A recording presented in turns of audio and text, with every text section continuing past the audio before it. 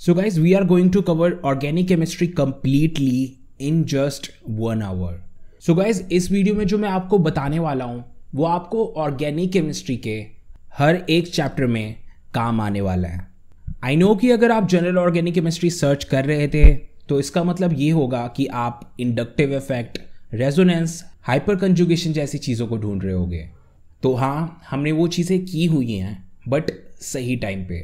इस वीडियो में हमने हर चीज़ स्टेप बाय स्टेप सीक्वेंशली की है. So let's do general organic chemistry step by step. तो सबसे पहले हम स्टार्ट करेंगे ऑर्गेनिक रिएजेंट से. So what is organic reagents? So हमारे पास एक ऑर्गेनिक मॉलिक्यूल है, उसमें हम रिएजेंट डालते हैं और उस रिएजेंट के कारण हमें एक प्रोडक्ट मिलता है. So this is reagent. इसको हम ऑर्गेनिक रिएजेंट भी कहते हैं और इसे हम अटैकिंग रिएजेंट भी कहते हैं. इसे हम अटैकिंग रिएजेंट इसलिए कहते हैं because it is attacking on organic molecule. So this is also called attacking reagent. अब ऑर्गेनिक रिएजेंट दो टाइप के होते हैं. एक होता है इलेक्ट्रोफाइल, एक होता है nucleophile. So let's see what is electrophile and what is nucleophile. So let's start with electrophile. तो सबसे पहले आता है इलेक्ट्रोफाइल. तो इलेक्ट्रोफाइल दो वर्ड से बना है, एक है इलेक्ट्रो और एक है फाइल. इलेक्ट्रो का मतलब होता है इलेक्ट्रॉन और फाइल का मतलब होता है lover. So electrophile is electron lover. Now let's understand electrophile completely. Electrophile में इलेक्ट्रॉन की कमी होती है और इलेक्ट्रॉन की कमी होने के कारण इसे हम कहेंगे इलेक्ट्रॉन डेफिशिएंट. इलेक्ट्रॉन की डेफिशिएंसी होने के कारण ये वहाँ पे अटैक करता है जहाँ पे इसे इलेक्ट्रॉन मिले. तो इलेक्ट्रोफाइल को जहाँ कहीं भी इलेक्ट्रॉन दिख जाए ये वहाँ पे अटैक करेगा. So this is electrophile, this is electron lover. अब इलेक्ट्रोफाइल के दो एग्जाम्पल हैं Cl+, CS3+. ये दोनों इलेक्ट्रोफाइल हैं. इन दोनों में इलेक्ट्रॉन की कमी है. So this is electrophile. अब इलेक्ट्रोफाइल दो टाइप्स के होते हैं. एक होता है पॉजिटिवली चार्ज इलेक्ट्रोफाइल और एक होता है neutral electrophile. So let's do positively charged electrophile first. So first one is positively charged electrophile. So positively charged electrophile को पहचानने का तरीका ये है कि उस पर पॉजिटिव चार्ज होगा. So let's see these electrophile CS3+, Cl+, Br+ and NO2+. तो इन सभी पे पॉजिटिव चार्ज लगा हुआ है. So these are positively charged electrophile. So let's do an example. अब हमें ये देखना है कि ये इलेक्ट्रॉन डेफिशिएंट है कि नहीं, क्योंकि अगर ये इलेक्ट्रॉन डेफिशिएंट होगा तभी इसे हम एक इलेक्ट्रोफाइल मानेंगे. सो let's see this one CS3+. तो सबसे पहले CS3+ को एक्सपैंड करके इस तरीके से ड्रॉ करो. So now you can see this. CS3+ के पास 3 बॉन्ड्स हैं, यानी कि इस पे टोटल 6 इलेक्ट्रॉन्स हैं और कार्बन को स्टेबिलिटी के लिए टोटल 8 इलेक्ट्रॉन्स की ज़रूरत होती है. पर इस कार्बन पे सिर्फ 6 इलेक्ट्रॉन्स हैं, यानी कि ये कार्बन इलेक्ट्रॉन डेफिशिएंट हुआ. और अगर ये इलेक्ट्रॉन डेफिशिएंट हुआ तो इसे हम इलेक्ट्रोफाइल कहेंगे. सो CS3+ इज एन इलेक्ट्रोफाइल. और इसी तरह से यहाँ पे जितने भी इलेक्ट्रोफाइल हैं all of them are electron deficient. अब नेक्स्ट है neutral electrophile. So neutral electrophile के एग्जाम्पल्स हैं बोरोन ट्राइफ्लोराइड और carbon dioxide, BF3 and CO2. So neutral का क्या मतलब होता है? न्यूट्रल का मतलब होता है no charge. So neutral electrophile पे कोई भी चार्ज नहीं है. You can see boron hydride, you can see carbon dioxide, दोनों में चार्ज नहीं लगा हुआ है. So both of them are neutral electrophile. But अभी भी हमें से इलेक्ट्रोफाइल प्रूव करना है. So let's see carbon dioxide. अब इस कार्बन डाइऑक्साइड को एक्सपैंड करके देखो. सो एक्सपैंड करने पे ये कुछ इस तरीके से दिखेगा. सो इस कार्बन के अराउंड टोटल 4 बॉन्ड्स हैं, यानी कि इसके पास टोटल 8 इलेक्ट्रॉन्स हैं. तो इसका तो ये मतलब हुआ कि कार्बन टोटली स्टेबल है, इसका ऑक्टेट कंप्लीट है, इसके पास टोटल 8 इलेक्ट्रॉन्स हैं. So how is it an electrophile? तो फिर ये इलेक्ट्रोफाइल कैसे हुआ? कार्बन के दोनों साइड 2 ऑक्सीजन्स हैं and both of them are very electronegative. तो ऑक्सीजन कार्बन के इलेक्ट्रॉन्स को अपनी ओर खींचने लगेगा, जिस कारण से कार्बन पे इलेक्ट्रॉन की कमी आ जाएगी. So carbon will become electron deficient. So CO2 is an electrophile. अब आ रही है बोरोन ट्राइफ्लोराइड की. तो ये है बोरोन ट्राइफ्लोराइड का स्ट्रक्चर। अब बोरोन के अराउंड टोटल 3 बॉन्ड्स हैं, यानी कि इसके पास 6 इलेक्ट्रॉन्स हैं, तो ये इलेक्ट्रॉन डेफिशिएंट हुआ। और साथ में है ये p ऑर्बिटल, ये p ऑर्बिटल वेकेंट है एंड इट नीड्स इलेक्ट्रॉन, तो again it is electron deficient. So boron trifluoride भी इलेक्ट्रॉन डेफिशिएंट है, so it is an electrophile. So अब हम इलेक्ट्रोफाइल को सम अप करते हैं। So electrophile is an electron loving species, इसमें इलेक्ट्रॉन की कमी होती है and it is very reactive. So this is our first reagent, electrophile. अब नेक्स्ट है nucleophile. So what is nucleophile, इसे हम इस एग्जाम्पल के साथ समझते हैं। तो न्यूक्लियोफाइल इलेक्ट्रोफाइल का कंप्लीट ऑपोजिट होता है। इलेक्ट्रोफाइल में इलेक्ट्रॉन्स की कमी होती थी और न्यूक्लियोफाइल में इलेक्ट्रॉन्स एक्सेस में होते हैं। So nucleophile is electron rich. So nucleophile के पास एक्सेस इलेक्ट्रॉन होता है and it wants to donate these excess electron. So इसलिए न्यूक्लियोफाइल को हम इलेक्ट्रॉन डोनर भी कहते हैं। सो न्यूक्लियोफाइल को पहचानने के 2 तरीके हैं, एक है लोन पेयर और दूसरा है नेगेटिव चार्ज। NH3 पे लोन पेयर है और OH नेगेटिव पे नेगेटिव चार्ज है, तो ये दोनों न्यूक्लियोफाइल हैं। Now let's see all type of nucleophile. तो न्यूक्लियोफाइल 3 टाइप के होते हैं, negatively charge nucleophile, neutral nucleophile and ambident nucleophile. So let's see each of them one by one. तो सबसे पहले आता है नेगेटिवली चार्ज्ड न्यूक्लियोफाइल। सो इसके एग्जाम्पल हैं H negative, OH negative, RO negative, hydride, alcohol and alkoxy. अब इस negative charge का मतलब ये है कि इनके पास इलेक्ट्रॉन एक्सेस में है and this negative charge is sine of nucleophile. अब नेक्स्ट है न्यूट्रल न्यूक्लियोफाइल। न्यूट्रल का मतलब कि इस पे कोई चार्ज नहीं होगा। So let's C neutral nucleophile, NH3 and H2O, ammonia and water. Now let's expand both of them. तो ये है NH3। NH3 पे जो ये लोन पेयर है, दीज आर एक्सेस इलेक्ट्रॉन, तो इसके कारण इसे हम कहेंगे न्यूट्रल न्यूक्लियोफाइल।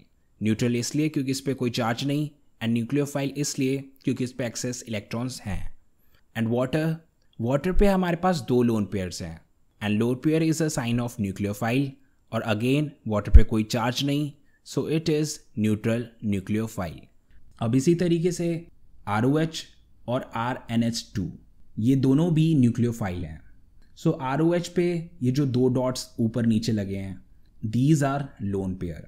सो इस पे भी लोन पेयर प्रेजेंट है और दूसरे वाले पे भी लोन पेयर प्रेजेंट है, so both of them are nucleophile. So ये था हमारा न्यूट्रल न्यूक्लियोफाइल। अब नेक्स्ट है ambident nucleophile. So what is an ambident nucleophile? Normal nucleophile पे हमारे पास एक ही एटम पे लोन पेयर्स होते थे, पर इस न्यूक्लियोफाइल में एक लोन पेयर कार्बन पे है, एक लोन पेयर नाइट्रोजन पे है। तो ये न्यूक्लियोफाइल कार्बन से भी अटैक कर सकता है और नाइट्रोजन से भी अटैक कर सकता है। सो इसके पास 2 अटैकिंग साइट्स हैं।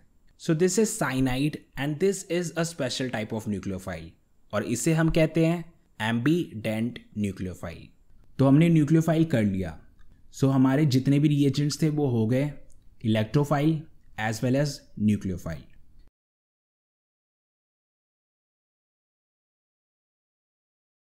तो अब ये सारी चीज़ें हम क्यों कर रहे हैं?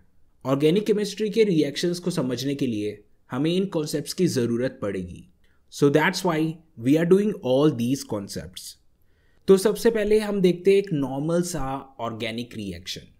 So this is our organic molecule, और इस ऑर्गेनिक मॉलिक्यूल में हम रिएजेंट डालेंगे और उस रिएजेंट डालने के कारण हमें ये प्रोडक्ट मिलेगा। So this is a normal organic chemistry reaction.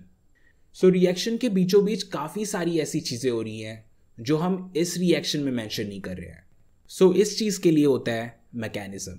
So mechanism में हम हर वो स्टेप देखते हैं जिससे ये ऑर्गेनिक मॉलिक्यूल से ये प्रोडक्ट बना। So I am giving you an example of organic reaction mechanism.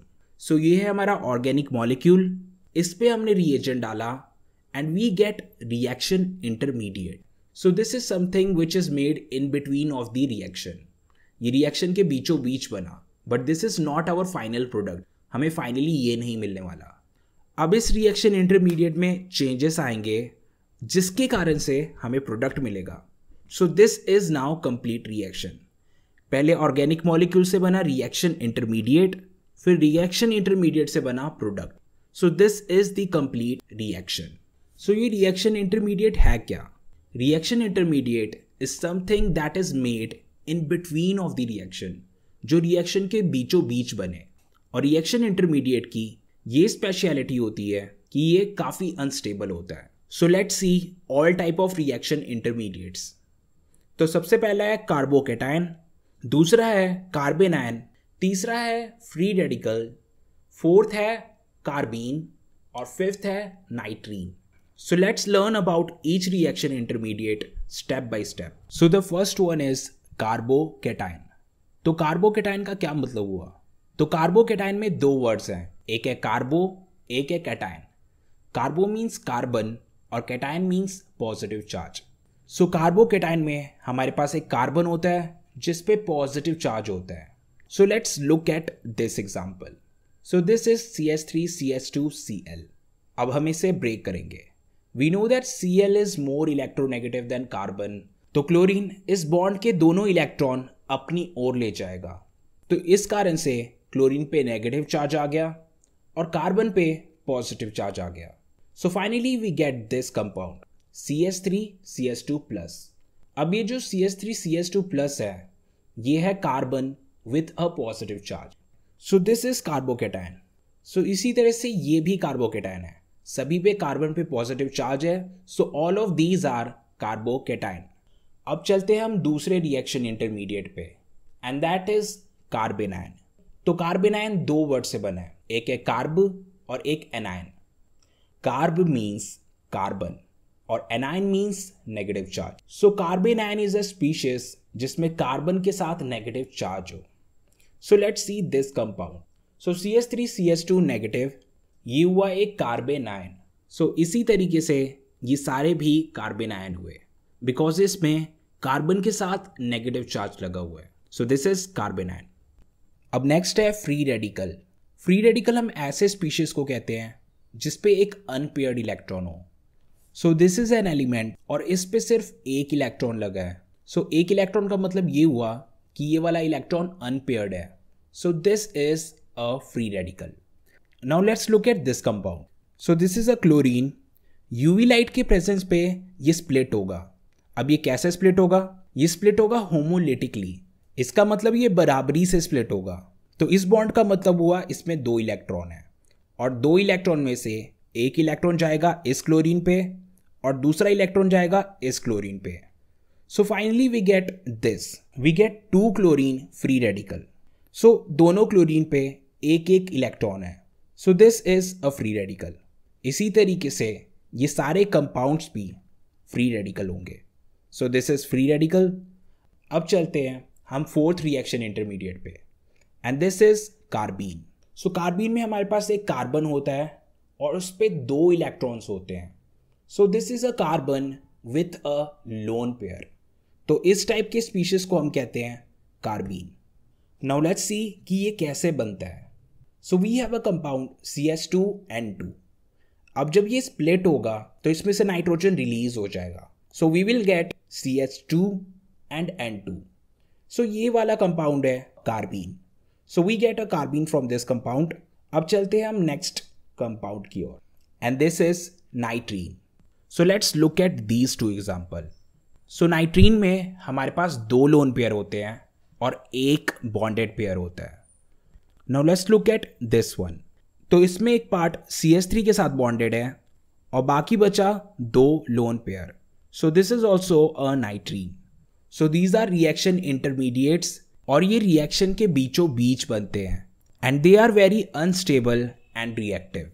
तो जब हम रिएक्शन करेंगे then you will observe that. तो अभी तक हमने रिएजेंट्स कर लिए हैं और हमने रिएक्शन इंटरमीडिएट्स भी कर लिए हैं। अब बारी है इस ऑर्गेनिक मॉलिक्यूल को ऑब्जर्व करने की। So this is the time to understand electronic effects. उससे हमें पता लगेगा कि रिएजेंट कहाँ पे अटैक करेगा, क्यों अटैक करेगा। So let's do electronic effect and understand it step by step. So this is a compound electronic effect के बाद मुझे ये पता चला कि यहाँ पे इलेक्ट्रॉन डेंसिटी हाई होगी और यहाँ पे इलेक्ट्रॉन डेंसिटी लो होगी। तो जहाँ पे इलेक्ट्रॉन डेंसिटी हाई होगी वहाँ पे मैं डालूंगा नेगेटिव चार्ज, और जहाँ पे इलेक्ट्रॉन डेंसिटी लो होगी वहाँ पे मैं डालूंगा पॉजिटिव चार्ज। अब हमारे पास दो रिएजेंट है, एक है इलेक्ट्रोफाइल और एक है न्यूक्लियोफाइल। तो हमें ये पता है कि positive and negative attract each other. तो इस कारण से ये इलेक्ट्रोफाइल उस पार्ट पे जाएगा जिस पे नेगेटिव चार्ज है और न्यूक्लियोफाइल उस पार्ट पे जाएगा जिस पे पॉजिटिव चार्ज है। So this is the benefit of electronic effect. तो हमारे पास बेसिकली ये चार इलेक्ट्रॉनिक इफेक्ट्स होते हैं।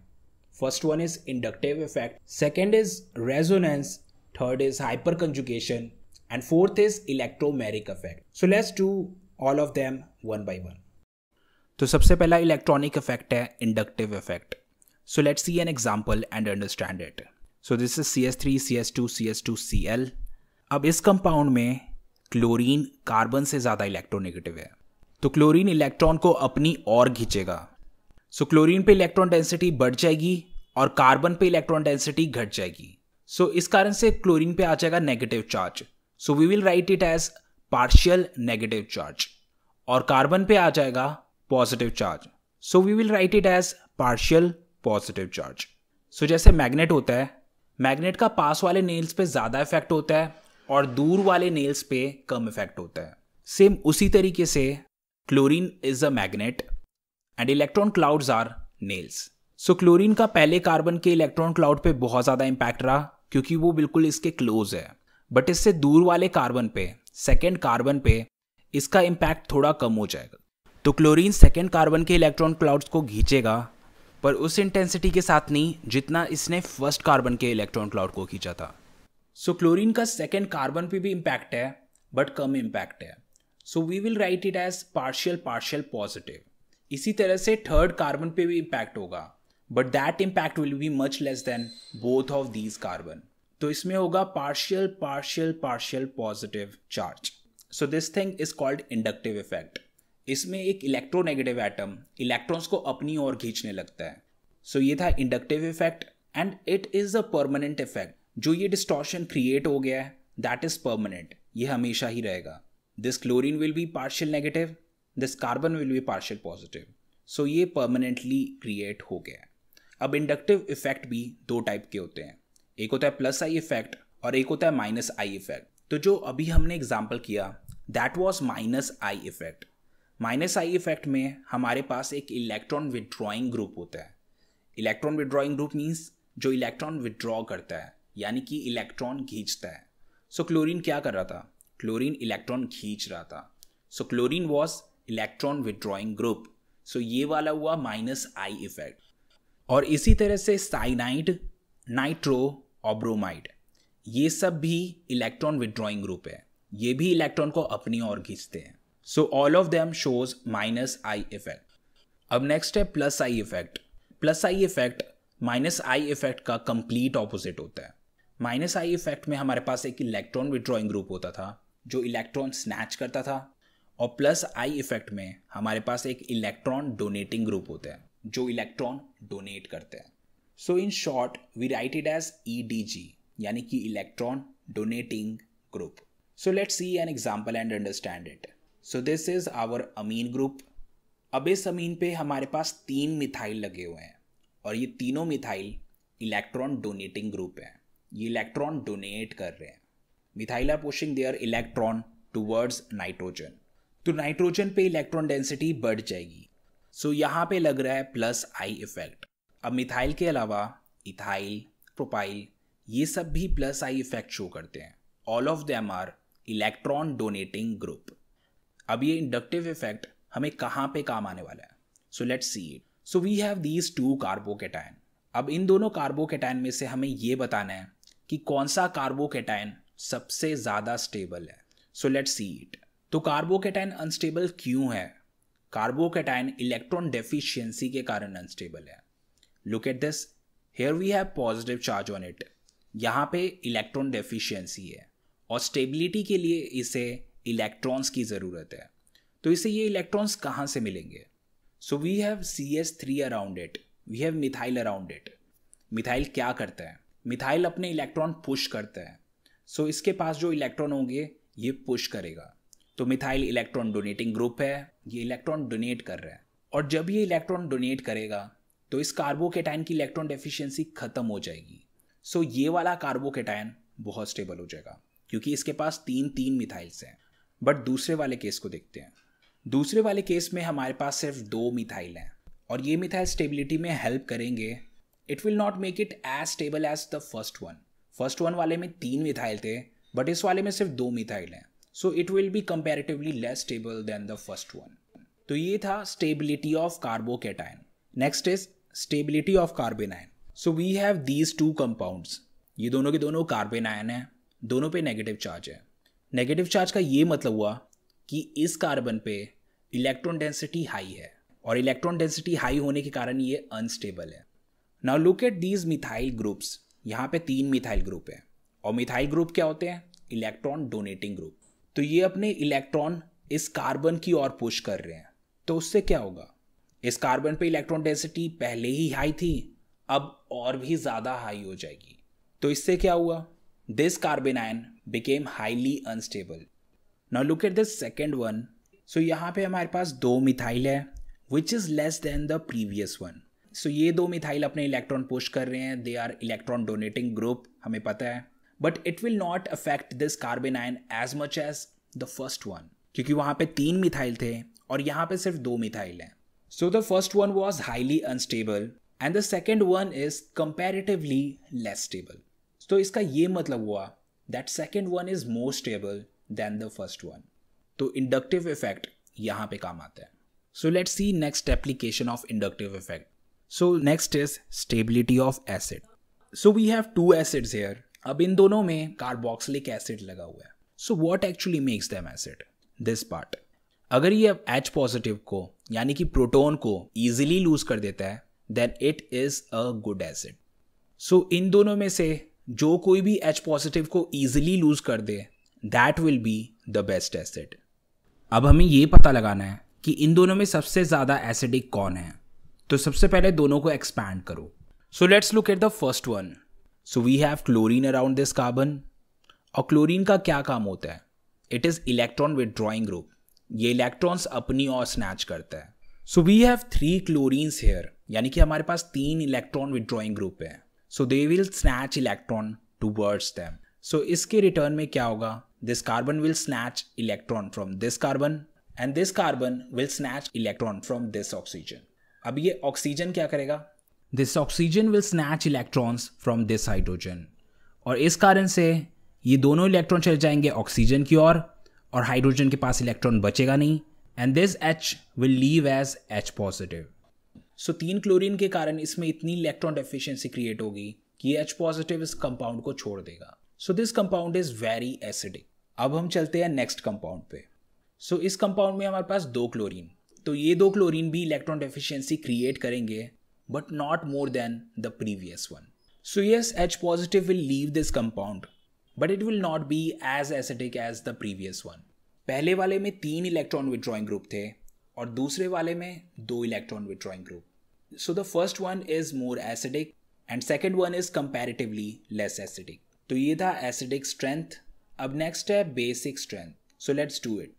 Now let's look at these 2 compound. Now we have these amine groups. अब इन दोनों पे lone pair लगा हुआ है। अब lone pair के कारण ये होंगे लुईस बेस। जो अपना लोन पेयर इजीली डोनेट कर दे that is a good base. So let's see which one is a good base. तो सबसे पहले वाले में हमारे पास 3 मिथाइल ग्रुप्स हैं और तीनों मिथाइल क्या हैं, electron donating group. So they will push their electron towards nitrogen. So nitrogen पे इलेक्ट्रॉन डेंसिटी बढ़ जाएगी। अब इस नाइट्रोजन पे जो लोन पेयर है that is very likely to donate that lone pair. So that's what make it a very very strong base. अब next देखते हैं। नेक्स्ट वाले में सिर्फ 2 मिथाइल ग्रुप्स हैं। सो इसमें इलेक्ट्रॉन डेंसिटी बढ़ेगी but not as much as the first one.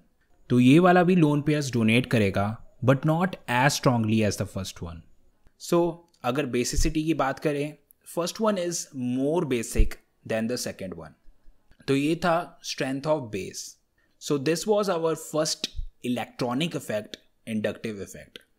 अब चलते हैं हमारे नेक्स्ट इलेक्ट्रॉनिक इफेक्ट पे, एंड दैट इज रेजोनेंस। अब नेक्स्ट इलेक्ट्रॉनिक इफेक्ट है रेजोनेंस। सो रेजोनेंस एक ऐसा इलेक्ट्रॉनिक इफेक्ट है जिससे कंपाउंड काफ़ी स्टेबल हो जाता है। सो दिस इज बेंजीन, और इस पे होता है रेजोनेंस। सो बेंजीन में ये डबल बॉन्ड्स ऑल्टरनेटली प्लेस्ड हैं, यानी कि डबल बॉन्ड्स एक गैप के बाद है। So this is a sign of resonance. तो इसमें रेजोनेंस होगा। अब देखते क्या होगा। अब रेजोनेंस के कारण ये डबल बॉन्ड शिफ्ट होंगे। तो ये वाला बॉन्ड गया इधर, ये वाला इधर, एंड ये वाला इधर। तो ये सारे डबल बॉन्ड्स डिस्प्लेस हो गए। Finally this is what we get. अब ये वाले डबल बॉन्ड शिफ्ट होंगे। All of these double bond will shift. So double bond shift होने के बाद we will get this structure once again. तो यही चेंज चलता रहेगा। This structure will convert into this structure, and this structure will convert into this structure. So this is resonance. Resonance is a sign of stability. ये जिस भी compound में होता है वो काफ़ी स्टेबल हो जाता है। अब रेजोनेंस के लिए एक चीज़ बहुत ज़रूरी होती है, एंड दैट इज़ कंजुगेशन। अगर कंजुगेशन होगा सिर्फ और सिर्फ तभी रेजोनेंस होगा। So let's look at all type of conjugation. So these are all type of conjugation. तो पहला है डबल बॉन्ड, फिर सिंगल बॉन्ड, फिर डबल बॉन्ड। तो ये डबल बॉन्ड्स ऑल्टरनेटली प्लेस्ड हैं। So this is a sign of conjugation. और अगर कंजुगेशन होगा तो रेजोनेंस होगा। जैसा कि हमने पिछले एग्जाम्पल में भी देखा था, उसमें इस टाइप का कंजुगेशन था। अब डबल बॉन्ड को हम कहते हैं pi bond. So this is also called pi pi conjugation. अब नेक्स्ट है पी पाई कंजुगेशन। तो इसमें आप नोटिस कर सकते हो हमारे पास एक डबल बॉन्ड है और एक बॉन्ड के बाद हमारे पास लोन पेयर है। तो अगर हमें ऐसा स्ट्रक्चर मिले तो रेजोनेंस होगा। तो इस डबल बॉन्ड को कहेंगे pi bond, and this lone pair is a sign of p orbital. So this is p pi conjugation. अब नेक्स्ट है ये वाला कंजुगेशन। अब यहाँ पे एक डबल बॉन्ड है और एक बॉन्ड के बाद हमारे पास पॉजिटिव चार्ज है। सो अगर ये होगा तो रेजोनेंस होगा। So these are all type of conjugation. अगर ये होंगे सिर्फ और सिर्फ तभी रेजोनेंस होगा, वरना नहीं होगा।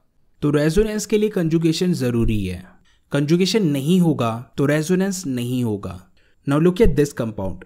इसमें पहले डबल बॉन्ड है, फिर सिंगल बॉन्ड, फिर दोबारा सिंगल बॉन्ड, और फिर बाद में double bond. So this compound is not in conjugation. Conjugation के लिए डबल बॉन्ड ऑल्टरनेटली प्लेस्ड होना चाहिए, पर यहाँ पे डबल बॉन्ड ऑल्टरनेटली नहीं है। So this is not in conjugation, यानी कि इस पे रेजोनेंस नहीं होगा। Now next electronic effect. So let's do hyper conjugation. तो हाइपर कंजुगेशन क्या है? So let's do an example and understand it. So this is propene. अब इस प्रोपीन में हमारे पास एक डबल बॉन्ड है। So this is double bond, और डबल बॉन्ड के बाद इस वाले कार्बन को हम अल्फा कार्बन कहेंगे, और अल्फा कार्बन पे ये जो हाइड्रोजन्स लगे हैं, these hydrogens are called alpha hydrogens. So जैसे डबल बॉन्ड और डबल बॉन्ड में कंजुगेशन होता था, सो उसी तरीके से अल्फा कार्बन और अल्फा हाइड्रोजन के बीच में ये जो बॉन्ड है और ये जो डबल बॉन्ड है, इन दोनों के बीच में कंजुगेशन होगा। So hyper conjugation is also a type of resonance. So let's do it step by step. So ये अल्फा कार्बन और अल्फा हाइड्रोजन के बीच में जो बॉन्ड है, इसे इधर शिफ्ट कर दो। सो हमने शिफ्ट कर दिया। अब क्या हुआ? अब इस कार्बन पे टोटल 5 बॉन्ड्स हो गए हैं। सो इसमें इलेक्ट्रॉन डेंसिटी बहुत ज़्यादा हाई हो गई है। तो क्या होगा? So this double bond will shift here. इस डबल बॉन्ड में से जो ये एक बॉन्ड है, उसमें से 2 इलेक्ट्रॉन इधर शिफ्ट हो जाएंगे। तो अब फाइनली ये बैलेंस हो गया। So this is finally what we get. So this compound will turn into this compound, and this compound will turn back into this compound. तो यही वाला चेंज चलता रहेगा। Both of them will interconvert into each other. So this is hyperconjugation. पर अब notice करने वाली बात यह है कि अल्फा कार्बन और अल्फा हाइड्रोजन के बीच में अब कोई बॉन्ड एग्जिस्ट करता ही नहीं है। So that's why it is also called bondless resonance. इसमें रेजोनेंस हो रहा है, बट रेजोनेंस के टाइम में एक बॉन्ड गायब ही हो गया। And it is also called sigma pi conjugation, क्योंकि ये वाला बॉन्ड सिग्मा बॉन्ड है और ये वाला बॉन्ड पाई बॉन्ड है। So this is sigma pi conjugation. Question ये आता है कि बॉन्ड ना होते हुए भी ये दोनों कैसे कनेक्टेड है। भले ही इन दोनों के बीच में से इलेक्ट्रॉन निकल गया हो, बट फिर भी इन दोनों के बीच में ओवरलैपिंग अभी भी एग्जिस्ट करती है। So that's why both of them are connected. इसमें से सिर्फ इलेक्ट्रॉन डीलोकलाइज हो गया है, बट ओवरलैपिंग अभी भी एग्जिस्ट करती है। जिस कंपाउंड में हाइपर कंजुगेशन होता है वो कंपाउंड काफ़ी स्टेबल हो जाता है। So hyper conjugation is a sign of stability. Now let's do some application of hyper conjugation and understand it. So let's do stability of alkene. So we have these alkenes. So ये सारे alkenes हैं। So we have double bond in each of them. Now encircle alpha carbon in all of them. So these are all alpha carbons. अब alpha carbon पे जो hydrogen लगे हैं they R alpha hydrogen. तो जितने ज़्यादा alpha hydrogen होंगे उतने बारी हाइपर कंजुगेशन होगा, और जितने बारी हाइपर कंजुगेशन होगा उतनी ज़्यादा स्टेबिलिटी होगी। So we have this compound. इसमें है 3 alpha hydrogen. Now let's move to the next one. इसमें हमारे पास 3 अल्फा हाइड्रोजन इधर और 3 अल्फा हाइड्रोजन है इधर, तो इसमें है टोटल 6 अल्फा हाइड्रोजन। अब इस कंपाउंड की बारी। We have 3 alpha hydrogen here and 3 alpha hydrogen here and 3 alpha hydrogen here. So यहाँ पे हमारे पास total 9 alpha hydrogens. Now last one. इस वाले में हमारे पास 6 अल्फा हाइड्रोजन इधर है और 6 अल्फा हाइड्रोजन इधर है। So we have total 12 alpha hydrogen in it. तो जितने ज़्यादा अल्फा हाइड्रोजन होंगे उतनी ज़्यादा स्टेबिलिटी होगी। So let's number each of them, first, second, third and fourth. तो stability wise fourth is the most stablest, then third one, then second one and then first one. So this is the concept of hyper conjugation. तो अब तक हमने 3 electronic effect कर लिए हैं and this is our third electronic effect. अब next electronic effect, it's electromeric effect. अब next electronic effect है electromeric effect. So let's see this compound and understand it. सो इस कंपाउंड में एक डबल बॉन्ड है और ये डबल बॉन्ड नॉर्मल रहेगा जब तक लिए हम इसमें कोई रिएजेंट ना डालें। सो रिएजेंट के इम्पैक्ट में ये डबल बॉन्ड डिस्टॉर्ट हो जाएगा। सो लेट्स से कि ए और बी में से बी ज़्यादा इलेक्ट्रोनेगेटिव है, तो रिएजेंट डालने के कारण this bonds electron will shift towards B. तो बी पे आ गया पार्शियल नेगेटिव चार्ज और ए पे आ गया पार्शियल पॉजिटिव चार्ज। अब जैसे ही हम इसमें से रिएजेंट हटाएंगे this compound will turn back to this compound. So जब तक लिए हम रिएजेंट डालेंगे तब तक के लिए डिस्टॉर्शन होगा और रिएजेंट हटाते ही ये डिस्टॉर्शन खत्म हो जाएगा। So this is electromeric effect and this effect is temporary. ये परमानेंटली नहीं होता, it happens till we have a reagent in this compound. अब इलेक्ट्रोमेरिक इफेक्ट भी 2 टाइप के होते हैं, एक होता है प्लस ई इफेक्ट और एक होता है minus E effect. So let's see what's the difference. So plus E effect में रिएजेंट इलेक्ट्रोफाइल होता है और माइनस ई इफेक्ट में रिएजेंट न्यूक्लियोफाइल होता है। So let's see plus E electromeric effect first. So this is our alkene और इस पे H पॉजिटिव अटैक करेगा। सो H पॉजिटिव है हमारा electrophile. So this is plus E effect. अब इस अटैकिंग रिएजेंट के कारण ये डबल बॉन्ड डिस्टॉर्ट हो जाएगा। The electron of this bond will shift on this carbon. तो इससे क्या होगा, इस कार्बन पे आ जाएगा पॉजिटिव चार्ज और इस कार्बन पे आ जाएगा नेगेटिव चार्ज। अब हमें ये पता है कि positive and negative attract each other. So H positive इस नेगेटिव कार्बन के साथ अट्रैक्ट होगा। So ultimately we will get this compound. अब नेक्स्ट है माइनस ई इलेक्ट्रोमेरिक इफेक्ट। अब माइनस ई इफेक्ट में हम न्यूक्लियोफाइल यूज करते हैं। So let's use it here. So this is our carbonyl और this is our cyanide. So cyanide हुआ हमारा nucleophile, this is our reagent जिसके कारण इसमें इलेक्ट्रोमेरिक इफेक्ट होगा। सो कार्बोनाइल में क्या होगा, कार्बोनाइल का ये डबल बॉन्ड डिस्टॉर्ट हो जाएगा। Electron will shift on oxygen. So carbon पे आ जाएगा पॉजिटिव चार्ज और ऑक्सीजन पे आ जाएगा नेगेटिव चार्ज। अब हमें ये पता है कि negative and positive attract each other. So cyanide इस पॉजिटिव पार्ट के साथ जाएगा, so we will get this compound. So this is our minus E effect. इसमें हमने न्यूक्लियोफाइल यूज किया and this is a temporary effect. जब तक ये रिएजेंट है तब तक के लिए ये डिस्टॉर्शन होगा, और जब रिएजेंट हट गया तो ये डिस्टॉर्शन खत्म हो जाएगा. So these were electronic effect. Organic chemistry को समझने के लिए इस कॉन्सेप्ट को समझना ज़रूरी है, और जब जब हम ऑर्गेनिक केमिस्ट्री करेंगे this concept will come again and again. You will see that. So this was electronic effect. अब चलते हैं हमारे नेक्स्ट कॉन्सेप्ट पे. अब चलते हैं ऑर्गेनिक रिएक्शंस पे. Now it's time to do organic reactions. तो ऑर्गेनिक रिएक्शन बेसिकली 4 टाइप के होते हैं. First one is substitution reaction, second is addition reaction, third is elimination reaction and fourth is rearrangement reaction. तो सबसे पहले हम start करते हैं substitution reaction. It is a reaction in which one atom replaces other. तो हमारे पास ये organic compound है. अब हम इसमें अटैकिंग रिएजेंट डालेंगे and this attacking reagent will replace an atom from this compound. So consequently ये वाला एटम कंपाउंड को छोड़ देगा और न्यू वाला एटम इस कंपाउंड पे आ जाएगा. So we will get this compound. So this is a simple substitution reaction. अब सब्सटीट्यूशन रिएक्शन भी 3 टाइप के होते हैं. एक होता है इलेक्ट्रोफिलिक, एक होता है न्यूक्लियोफिलिक, और तीसरा free radical substitution reaction. So let's do each of them one by one. तो सबसे पहले आता है न्यूक्लियोफिलिक सब्सटीट्यूशन रिएक्शन. तो नाम से ही क्लियर है कि इसमें न्यूक्लियोफाइल दूसरे एटम को रिप्लेस करेगा. So this is nucleophilic substitution reaction. So nucleophile is attacking reagent, so it is doing it's work, it is attacking. अब अटैक करने के बाद न्यूक्लियोफाइल इस एटम की जगह लग जाएगा और ये वाला एटम बाहर निकल जाएगा. Now let's see an example and understand it clearly. So let's do a reaction between OH negative and CH3Cl.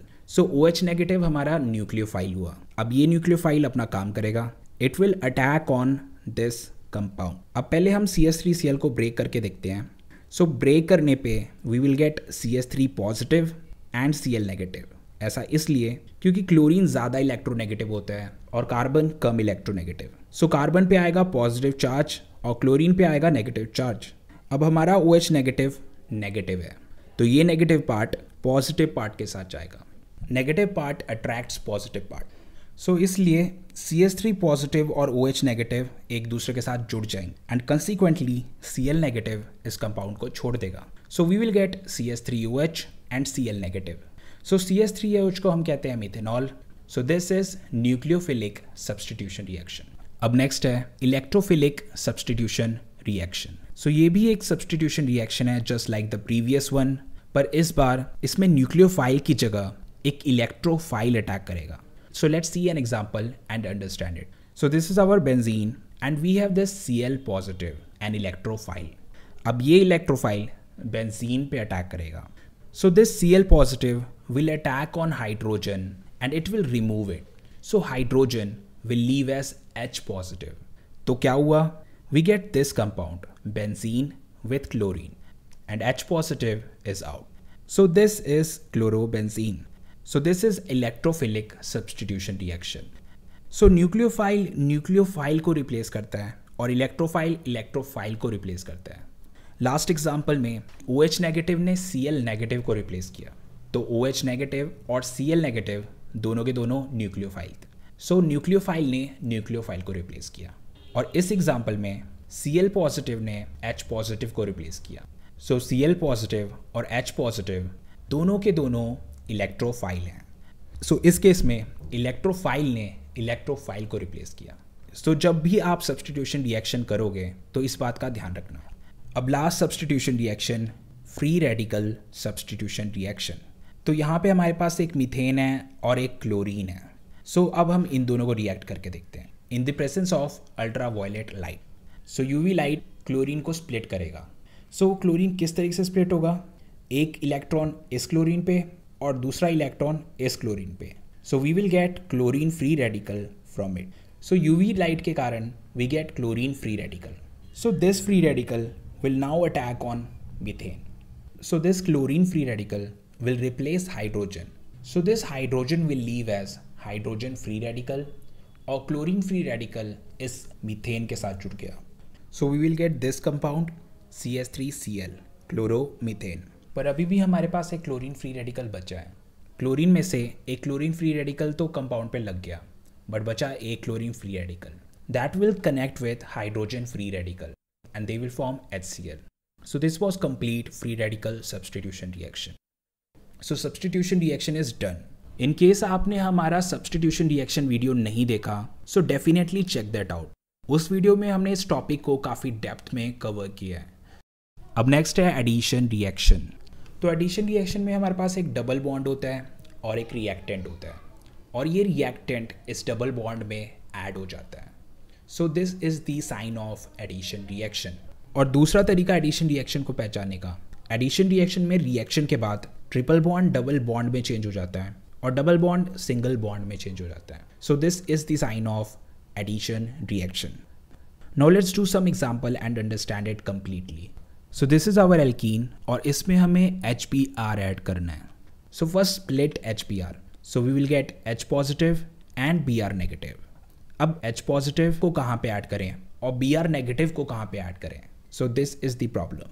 तो इसके लिए हमारे पास एक रूल होता है and that rule says that कि जो नेगेटिव पार्ट है, that negative part should go to that carbon which have less number of hydrogen. So double bond के इन दोनों कार्बन में से सेकेंड कार्बन पे सबसे कम हाइड्रोजन है। सो इसका मतलब ये हुआ कि ये Br नेगेटिव इस कार्बन पे जाएगा। सो Br नेगेटिव गया इधर एंड हाइड्रोजन गया थर्ड कार्बन पे। So we get this compound. तो इसमें डबल बॉन्ड सिंगल बॉन्ड में कन्वर्ट हो गया और इसमें HBr ऐड हो गया। So this is an addition reaction.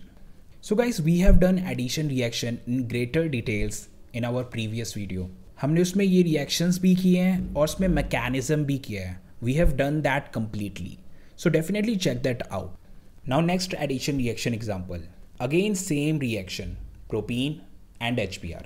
तो इन दोनों को रिएक्ट कराना है, पर इस बार डिफरेंट ये है कि इसमें हमें पेरोक्साइड डालना है और पेरोक्साइड डालने के कारण इसमें सब कुछ उल्टा हो जाएगा। लास्ट टाइम Br नेगेटिव उस कार्बन पे गया था जिस पे हाइड्रोजन कम है, इस बार Br नेगेटिव उस कार्बन पे जाएगा जिस पे हाइड्रोजन ज़्यादा है। So Br negative will add here and H positive will add here. So finally we will get this compound. So this is completely opposite of what happened last time. So it is because of peroxide. So this is also an addition reaction. Now next example. Now look at this part. This is carbonyl. अब आप ये notice करोगे कि अभी तक हमने जो भी एडिशन रिएक्शन किए थे वो एल्कीन पे किए थे, पर इस बार हम कार्बोनाइल पे एडिशन रिएक्शन करने वाले हैं। तो कार्बोनाइल पे भी एक डबल बॉन्ड है, सो इस पे भी एडिशन रिएक्शन हो सकता है। So let's do addition reaction on carbonyl group. So this is carbonyl और इस पे हमें HCN ऐड करना है। So split HCN and we will get H positive and Cn negative. Now look at this CO part. Oxygen is electronegative than carbon. तो क्या होगा, इस बॉन्ड के दोनों इलेक्ट्रॉन ऑक्सीजन की ओर चले जाएंगे एंड कार्बन इलेक्ट्रॉन डेफिशिएंट हो जाएगा। सो इस कारण क्या हुआ, so carbon became positive and oxygen became negative. अब नेगेटिव के साथ पॉजिटिव अट्रैक्ट होता है, so cyanide will go towards C positive and H positive will go toward O negative. So we get this compound. तो इसमें भी addition reaction हुआ। तो एडिशन रिएक्शन होता है डबल ट्रिपल बॉन्ड पे, जैसे कि एल्कीन एल्काइन और carbonyl group. So addition reaction को हमने काफ़ी डिटेल में एक सेपरेट वीडियो में कवर किया है, so definitely check that out. अब नेक्स्ट है elimination reaction. Elimination reaction is kind of opposite of addition reaction. Addition reaction में हम ऐड करते थे और एलिमिनेशन रिएक्शन में हम एलिमिनेट करते हैं। सो एडिशन रिएक्शन में डबल बॉन्ड सिंगल बॉन्ड में कन्वर्ट होता था, एलिमिनेशन रिएक्शन में सिंगल बॉन्ड डबल बॉन्ड में कन्वर्ट होता है। So this is our compound bromobutane. अब इसमें हमें एलिमिनेशन रिएक्शन करना है। सो एलिमिनेशन रिएक्शन करने के लिए हमें इसमें एक रिएजेंट डालना पड़ेगा and that reagent is KOH alcoholic. KOH alcoholic के कारण इसमें एलिमिनेशन होगा। कॉन्सिक्वेंटली ये H और Br एलिमिनेट हो जाएंगे। सो KOH डालने के कारण ये H और Br एलिमिनेट हो जाएंगे और इन दोनों के बीच में एक और बॉन्ड ऐड हो जाएगा। So we will get this compound butene. Now let's look at one more example. So this is an alcohol compound propanol और इसमें हमें एलिमिनेशन रिएक्शन करना है। सो एलिमिनेशन रिएक्शन करने के लिए हमारे को इसमें एक रिएजेंट डालना पड़ेगा and that reagent is H2SO4। So H2SO4 डालने के कारण ये H और OH कंपाउंड से निकल जाए। So consequently there will be one more bond here, so we will get this compound और साथ में बनेगा H2O। सो H2SO4 डालने के कारण इसमें से H और OH पार्ट निकले थे और ये दोनों मिलके बनाते हैं H2O। सो H2SO4 को हम डिहाइड्रेटिंग एजेंट भी कहते हैं, यानी कि ये वाटर को रिमूव कर। सो H2SO4 के कारण इसमें से वाटर एलिमिनेट हुआ। So this is also called dehydration elimination reaction. So these two example are enough for this video, but अगर आपको एलिमिनेशन रिएक्शन डेप्थ में करना है then you can check out our elimination reaction video. उसमें हमने elimination reaction detail में cover किया है। तो अब तक हमने सब्स्टिट्यूशन रिएक्शन कर लिया, एडिशन रिएक्शन कर लिया, एलिमिनेशन रिएक्शन कर लिया। Now let's look at another reaction, rearrangement reaction. तो रीअरेंजमेंट का आपको मतलब पता होगा। सो रीअरेंजमेंट का मतलब होता है रीअरेंज करना, यानी कि दोबारा अरेंज करना। सो let's look at this example. So this is a primary carbocation और इसमें रीअरेंजमेंट रिएक्शन होगा। So this is a methyl. अगर इस मिथाइल को हम रीअरेंज करें सो ये मिथाइल चले जाएगा इधर।